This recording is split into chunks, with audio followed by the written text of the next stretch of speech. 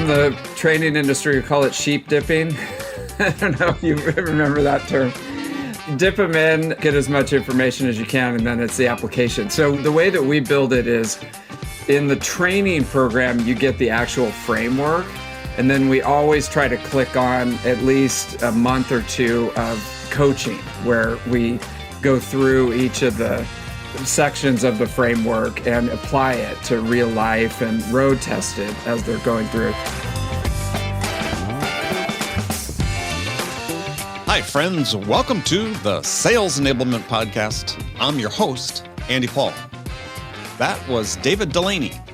David is the founder and CEO of Tenbound, as well as the co-author of a book titled The Sales Development Framework: How to Build and Scale a Highly Productive Sales Development Program. And in our conversation, we're talking about improving the performance of sales development teams. We dig into the 3 levers that David says managers can pull to cure a sales development problem. We also dive deep into the 8 elements of what David calls his sales development management operating system, including why, as a sales development leader, your core competency must be the ability to create and drive a strong culture. And we also talk about why David believes that some people in management may feel that leadership is not a necessary factor in running a sales development program. And that sort of says it all, doesn't it? Well, it's a great discussion. We get into all of this and much, much more. But before we get to David, I want to remind you to subscribe to this podcast wherever you listen to it. And if you subscribe, we'd certainly appreciate it if you could leave us a review, give us your feedback about how we're doing. So thank you very much. All right, let's jump into it. David, welcome to the show. Hey, thanks for having me on. I'm excited to talk to you. Yeah. Me as well. I mean, we've had conversation before, and if that was a preview of what we're going to talk about today, that was great. So for folks who aren't familiar with you, explain what you do. Yeah, absolutely. So I run a company called Tenbound, and we work with sales development teams to improve their performance and also put out a ton of content and research and advisory services for the sales development space. So if folks are interested in building pipeline and all the different aspects that go into sales development, they come to Tenbound. And what type of companies do you work with? Exclusively software as a service, B2B companies, anywhere from seed up to, public companies, anywhere in between. If they have an SDR team or they're thinking about building one, we work with them. Got it. So how long have you been doing this? I mean, what drove you to start the company? Yeah, I've been in sales for 20 years. I came up selling sales training, which is kind of an interesting thing back in the day. Selling for who? It became Miller Hyman Group, but it was called Achieve Global at that time. All right. They were famous for professional selling skills, which maybe some people know about still. That was our thing.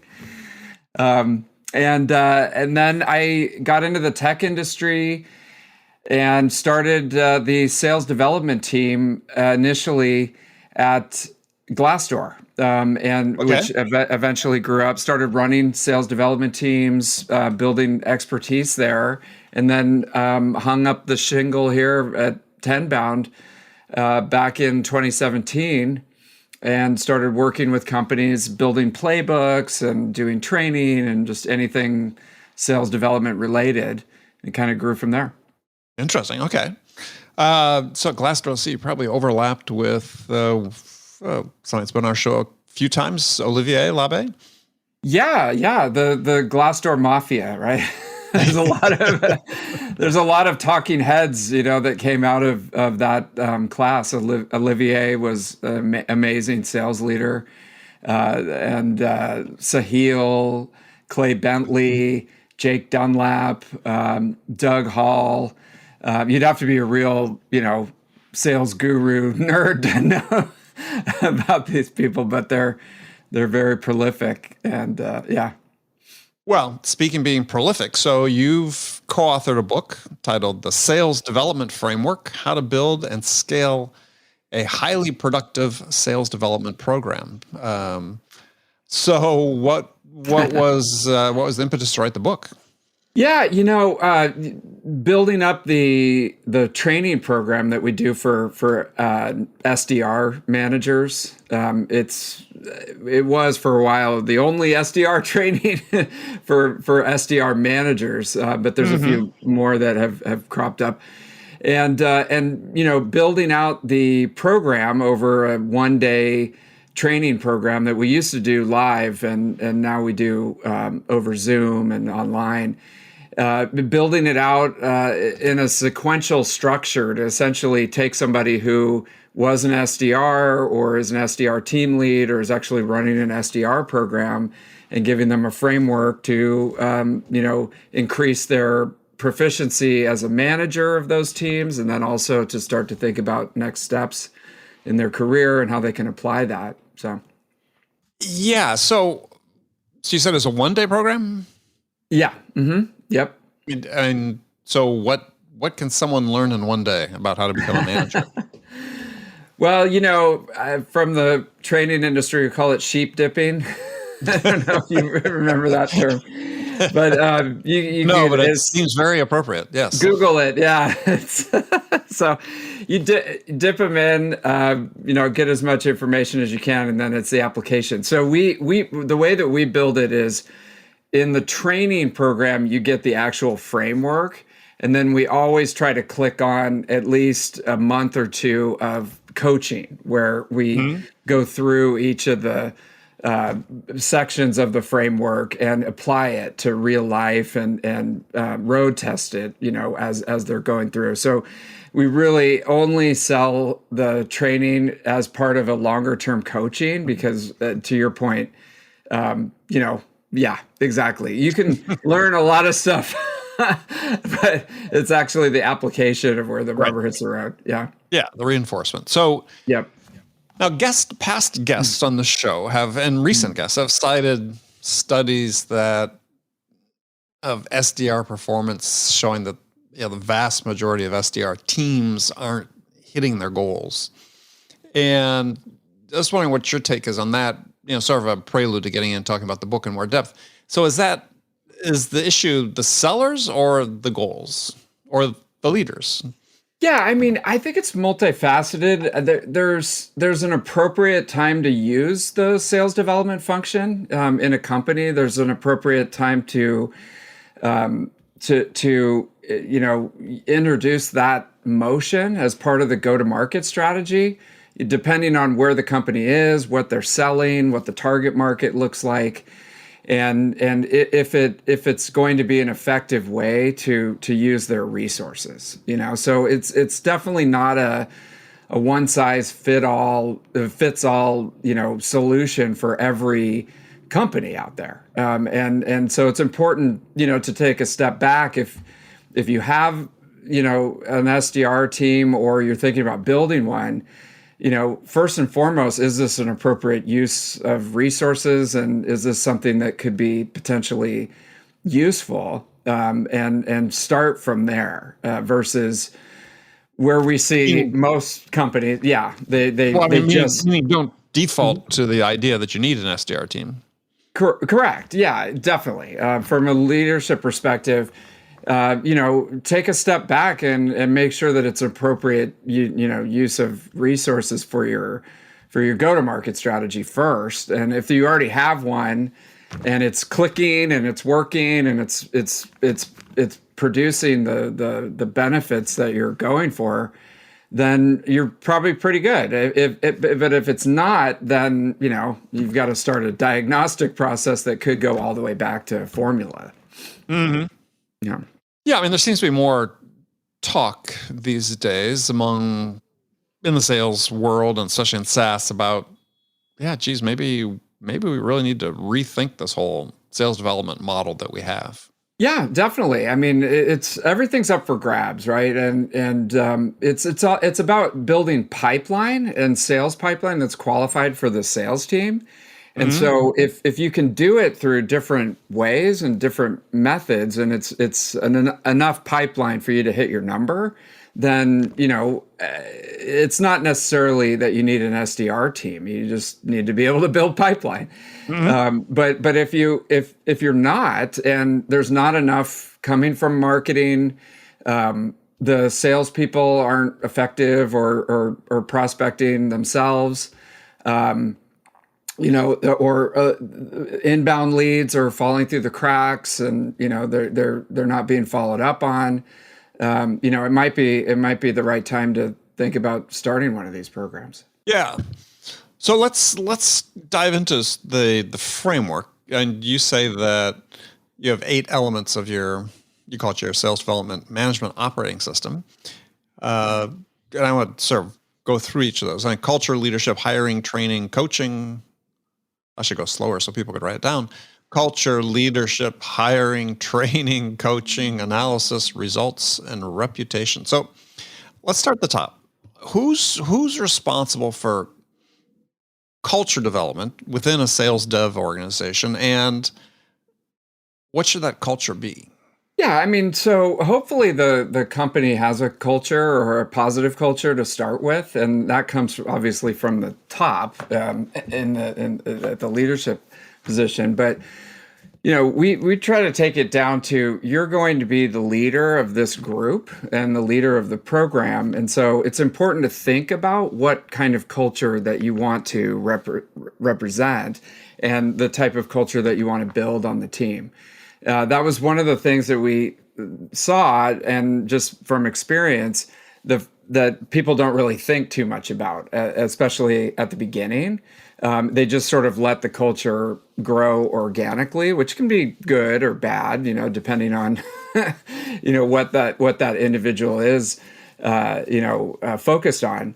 But we really recommend that you think deeply about what type of culture you want on your specific program, and make sure that you document that and start to, inculcate it into your practice as a leader.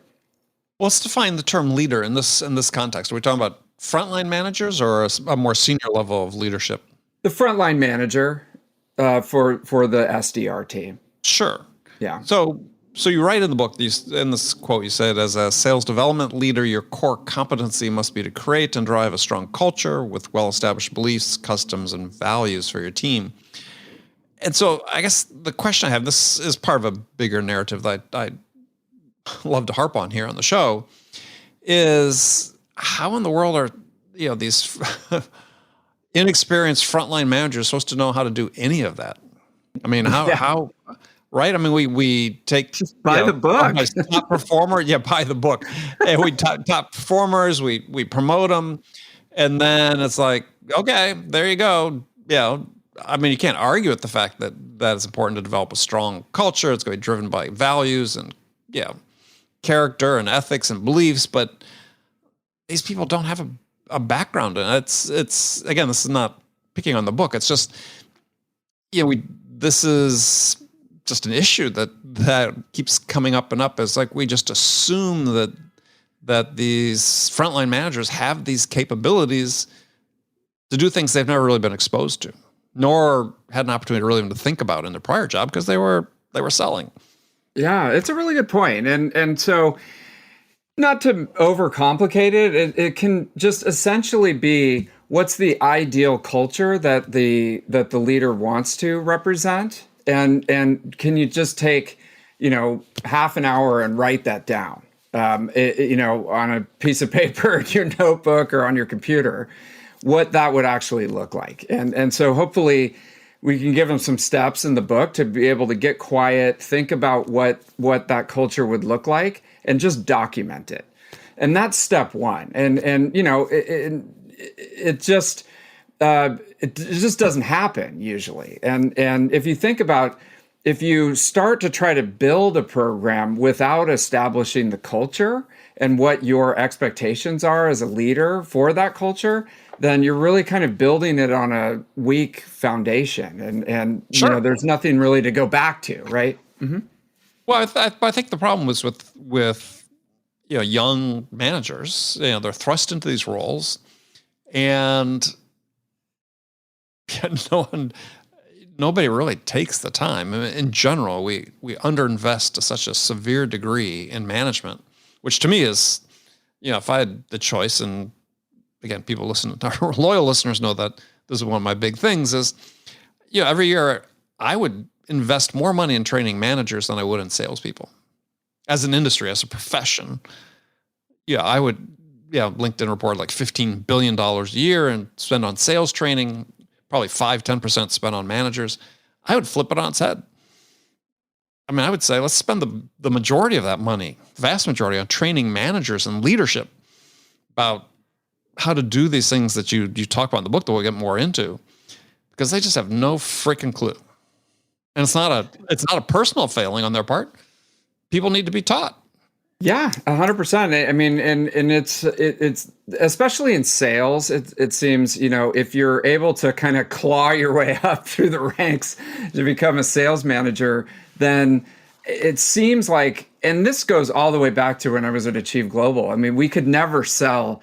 Nobody bought the sales manager training. It was just always, I've got these reps that I need to train. And so, can you train 100 people for me? Sure. Okay. Right. We really highly recommend you also get the sales manager training, because they're going to be the ones, to your point, who are, belly to belly with the sales reps every day and should be coaching and mentoring them to improve their skills.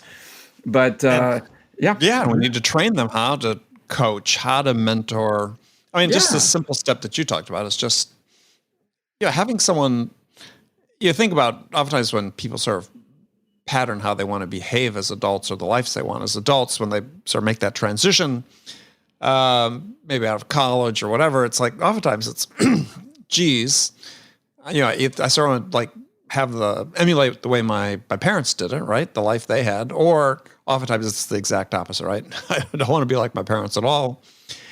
But the people that sort of consciously think about that, and this idea of that, we put people in these roles and we don't, the first thing we do is just say, look, even before you assume this role, let's take you out of the field for 2 weeks before you start assuming, control of these folks, and your new team, and let's go through this stuff.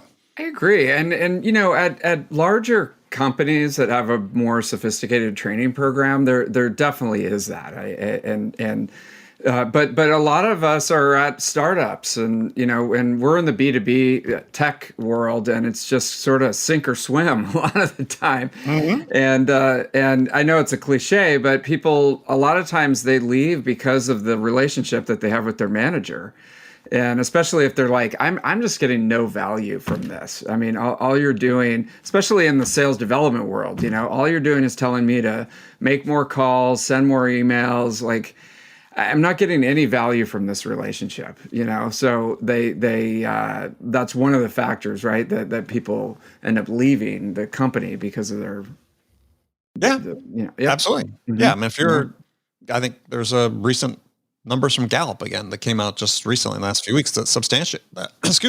Substantiate that is that, people leave because of their manager, right? It's biggest cause of churn. And it's not the manager's a horrible person. It's, to your point, is can they really help me? And so we take people who really don't even have a lot of sales experience, but they've experienced some success in the context of their job there. But in the grand scheme of things, maybe they have 2 years experience, and we thrust them into a management role, and as you said before, it's sort of sink or swim.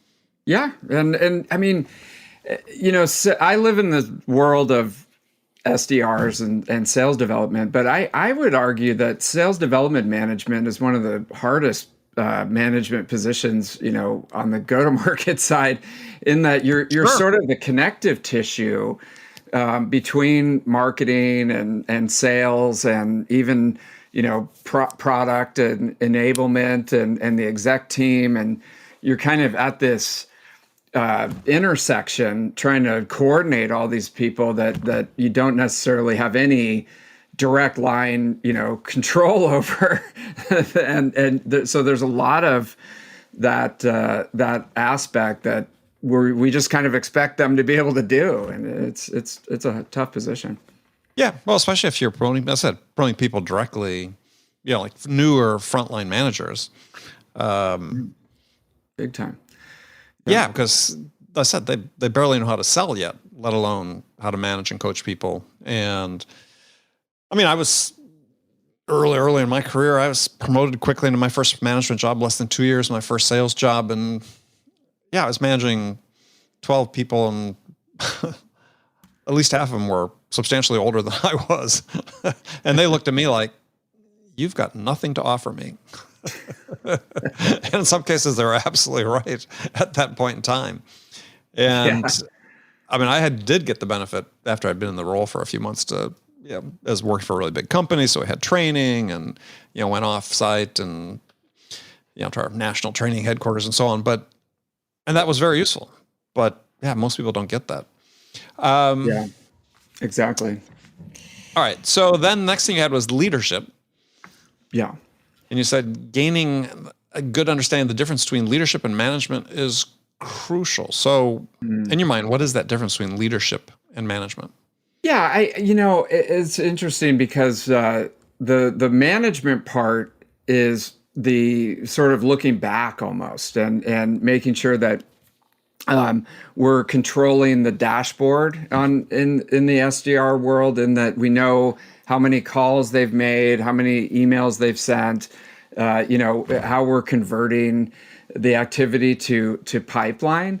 But the leadership is really more of the vision aspect of what does a successful team actually look like, and are we embodying that behavior and those attitudes and the cultural aspects that we put down in the first chapter, and living that every day. Because one of the things that you mentioned was having something to offer.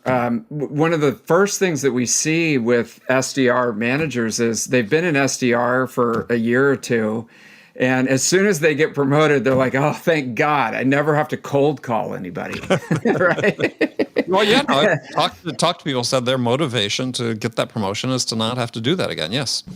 Exactly. Yeah. So, and we're kind of tapping the brakes a little bit and saying, wait a minute, as a manager, maybe you can sit there and monitor things and make sure that people are on track and you're doing that correctly. But you also have to think about the leadership aspect in that, if you're asking them to make calls and do things that aren't comfortable, they're going to be looking at you to make sure not only are you demonstrating that, but are you better at it than them? So that's just one aspect of leadership. Well, but does I mean, because you do write about that. I mean, you give the example, when you write about if you want a team to do a cold call blitz, you better be ready to throw on a headset and show them you're got it and still willing to do it. And I don't know that I'm not sure I buy that.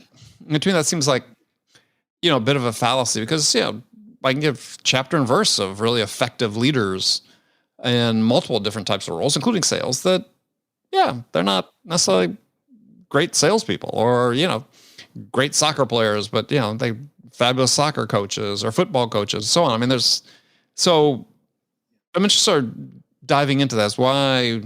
Because this is you're not the only one that brings it up. I read this all the time on LinkedIn and so on. And it's like, what's the message we're really trying to send when we say that? Yeah, I mean, I think it goes back to the ivory tower syndrome that happens, especially in this particular role, because there's a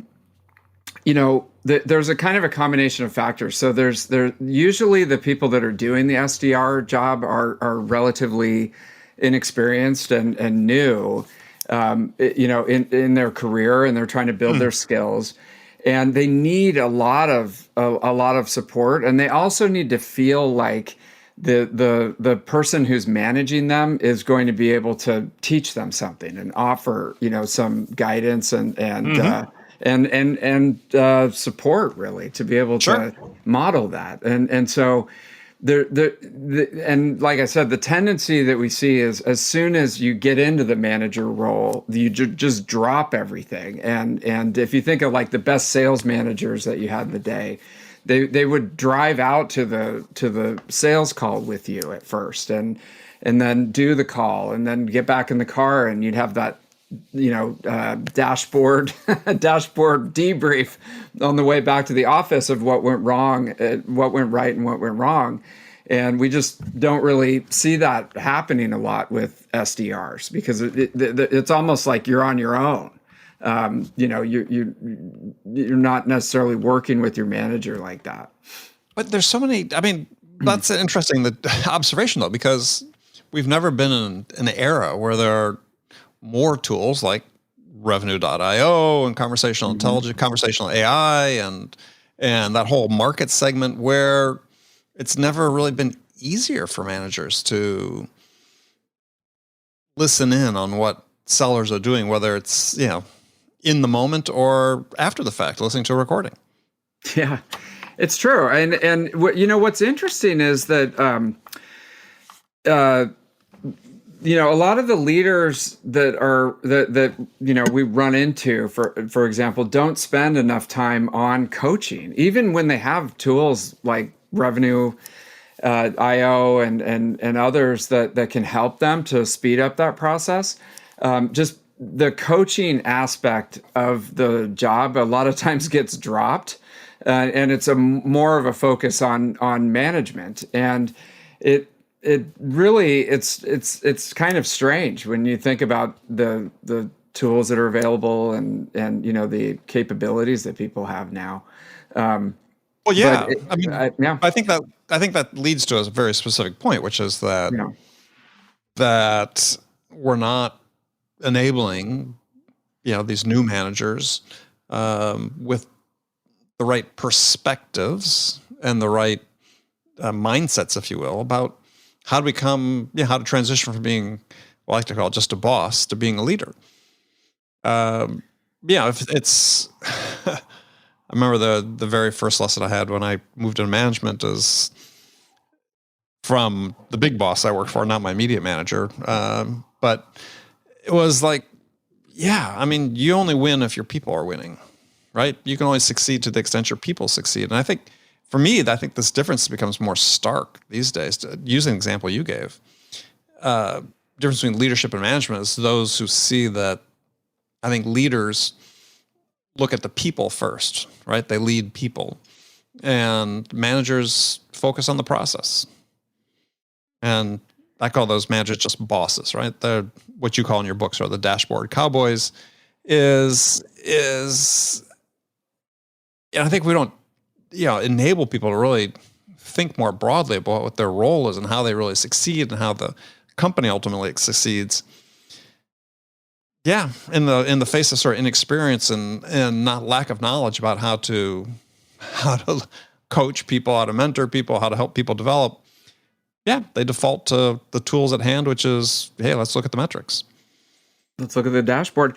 And it's a great opportunity, for the folks that are listening to this, if you're thinking about it, because if you have a culture statement, you're living toward that culture, you're leading by example, and you're spending time coaching and supporting and training the SDRs. You're raising to like the top 5 to 10% of SDR leaders that are out there, because they just haven't even thought about this stuff. And then you look at the SDRs and they're going, well, wait a minute, I don't know what success looks like on this team as an SDR. My boss hardly checks in. He or she doesn't have any of the skills that they're telling me to have, and they're just kind of whipping me to make more calls and send more emails. This sucks, and there's no promotion path. So I'm out of here. I'm just going to take. The SDRs are getting hit on LinkedIn constantly for new job opportunities at the next software company. So if you're not addressing this, it's yeah. And I read a lot on LinkedIn just about people want to point the finger at SDRs as being the issue, and I said and it's not SDRs. It's not managers, not personalizing. It's just we're up and down the chain. We're not enabling these people with the right perspective about what their jobs should be, what will make them successful, and then giving them the tools to do it. And that's, for me, that's sort of like full stop. It's like we're asking sort of the impossible of a lot of people, is because especially when you're getting in, rapidly growing companies, or companies are scaling quickly. You're going to get the exceptional individuals that will swim instead of sinking. But we should have it set up so more people can swim and not so many sink. Definitely. Yeah. I mean, and so, there's a lot of factors involved, and it definitely just as much attention as you can put on enablement for the team, and making sure that you have a high performance culture as well, because it's not the right job for everybody, and it's a lot of times it's a entry position to get into the tech industry if you're not coming from a heavy tech background, and the position itself is great to offer that to folks to get into the tech industry, but it's not necessarily the perfect position for that individual. And so from a leadership perspective, you have to focus on building pipeline and feeding the sales team. So you got to make sure that you have the right people on your team. Yeah. But I mean, I think this is, again, what distinguishes bosses from leaders is leaders, even in that environment with all the stress and pressures that exist, are able to create a sales environment for their sellers in these entry-level jobs, which really doesn't matter what industry. Yes, an entry-level sales job is, for as long as I've been in it, which is for a really long time, they're shit jobs, right? They're jobs to be, they're learning experiences, but they're also jobs to be tolerated while you gain the experience so you can go do something that's a lot more fun. So,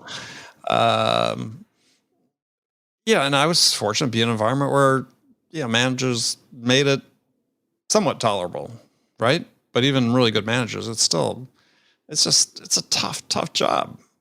So I think managers have to be, especially frontline managers and sales development roles or organizations. We need to help them more, because we shouldn't be churning through entry-level sellers as fast as we do. Yeah, definitely. I mean, there's the push and pull of the needs of the business, which is an evergreen need of, we need more pipeline, we need more appointments for the sales team. We need to make sure that the sales team are busy, with qualified appointments on their calendar with highly qualified prospects. And if like I said, if we're not getting that from marketing directly, then somebody has to go out and knock on doors, digitally these days, right? And drum up some business. And inherently, like you said, it's a tough job, and it's somebody's got to do it. So let's make it positive experience. Yeah. I mean, if I were an SDR, I'd be looking at the AEs and saying, if you could close a reasonable fraction of the opportunities that you're working on, we wouldn't need as much pipeline. My job would be, I could be more focused on finding better opportunities if I knew that you were going to do a better job of executing on them. This is true. Yeah. And we talked about win rate, and exactly increasing win rate. And that's another great enablement opportunity out there for sure. Because as you pointed out, it's pretty abysmal. Yeah. Sort of across the board. Yes. All right, let's talk about some companies do it well. Obviously, some companies do it well. We're just talking sort of the broad brushstrokes. Hiring. So you identify this is one of your key points in your framework. You identify a series of attributes that ideal candidates should have. So this, but comes back to the same question. So we talked about, we don't enable new managers how sell, or not sell, but how to coach, how to mentor, how to develop people. How are we training new managers how to recognize and assess candidates? Mm-hmm. Yeah, I mean, and so this is another one of those things that's skipped over essentially in common practice that we see out there. So really from just experience and working with folks, first and foremost, think deeply about your hiring process and how it ties back to the culture that you're trying to develop on the team. So that's step number one. Are those attributes that you've identified as part of the culture that you're trying to create represented in the hiring process? And at least a spreadsheet that says, based on what's important to us on this team, these are the attributes that we're looking for, so that we can start to look through that lens, whether it's the manager doing the recruiting or working with the HR department, that we can start to look for people that have some demonstrated evidence of living the cultural values that we want to bring on the team. And so I'll just give an example. So say, sure. High perform. We want to create a high performance culture. Okay, what does that specifically look like, and what are you looking for in candidates that demonstrate that they bring a high performance attitude toward their professional career? And that's the lens that you can start to use to potentially talk to candidates in your recruiting process. And then if you want to go deeper than that, there's actual assessments, online assessments, and different tools out there that are hardly used or talked about at all in the SDR world that are even could be more viable and important than you trying to do it yourself.